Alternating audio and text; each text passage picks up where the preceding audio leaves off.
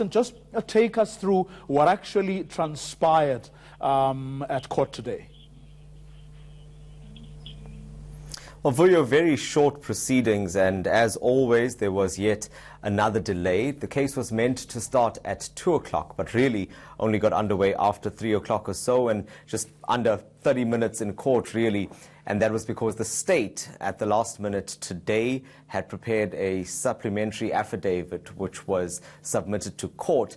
And as a result of that, the defense were not able to submit their replying affidavits because, as you would understand, their reply was in response to the original affidavit that was submitted by the state on Tuesday. So they had made agreements to extend that time a little bit. The defense will file those papers on Monday, but court will actually only sit on Tuesday once again. And that will be now the third week for which this bail application is continuing.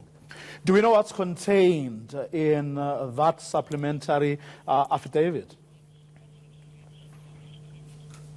Well, that affidavit really served the purpose of elaborating on a few of the points that were in the original affidavit, as well as correcting a few typographical errors that were there.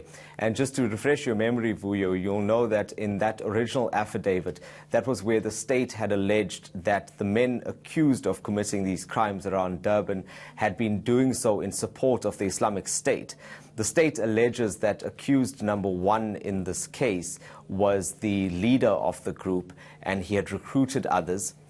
He had also worked closely with accused number two in this case, who they say, and this is something that was shown in the supplementary affidavit as well, they say that the second applicant here was a member of certain social media groups, and in particular, one of those groups was on WhatsApp called the Soldiers of God, and that is an extremist group that did not like the practices of Shia Muslims. Now, why this is important, Vuyo, is because if I take you all the way back to May, that mosque attack that these men are accused of committing in May, where Abbas Esop was killed, that is a Shia mosque in Verulam. And the state alleges then that some of these accused were also targeting certain Shia mosques. In fact, in its affidavit, it also submitted a list which it claims that it was in the possession of the accused, which shows all of the Shia mosques, not only in Durban, but across the country. Okay, so in support, or it's alleged they were in support of ISIS and that they were targeting Shia mosques. Were there any more details as to how these incidents were actually coordinated and how they were committed? Well, Vuyo, there's really two parts to this. The one part is, I think, the bit that everyone has become familiar with over the past year, and that is those incendiary devices that were found at Woolworths stores during the space of about 2 or 3 months. But it's far bigger than that, according to the state's affidavit that it submitted, in that the incidents actually precede the mosque attack as well as the Woolworths incidents, because the state claims that prior to that there were two businesses from which the accused had tried to extort money.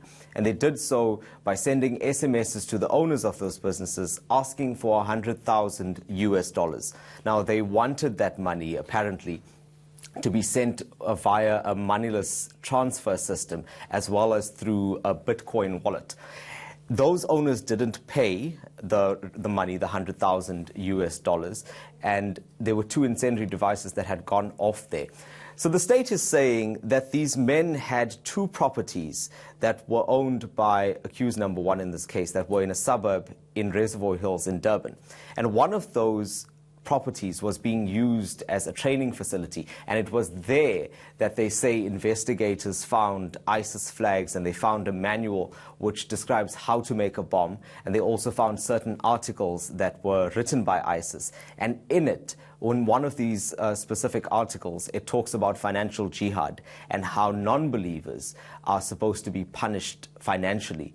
And that, I think, then links to this extortion charge that they're facing. So the state says that it has a really strong case and solid evidence, including CCTV footage. Okay, Dasen, that's where we're going to leave it for now. Dasen Thathiah, who of course has been tracking that particular story. The state today submitting a supplementary affidavit. Of course, the defense will only file replying papers next Monday.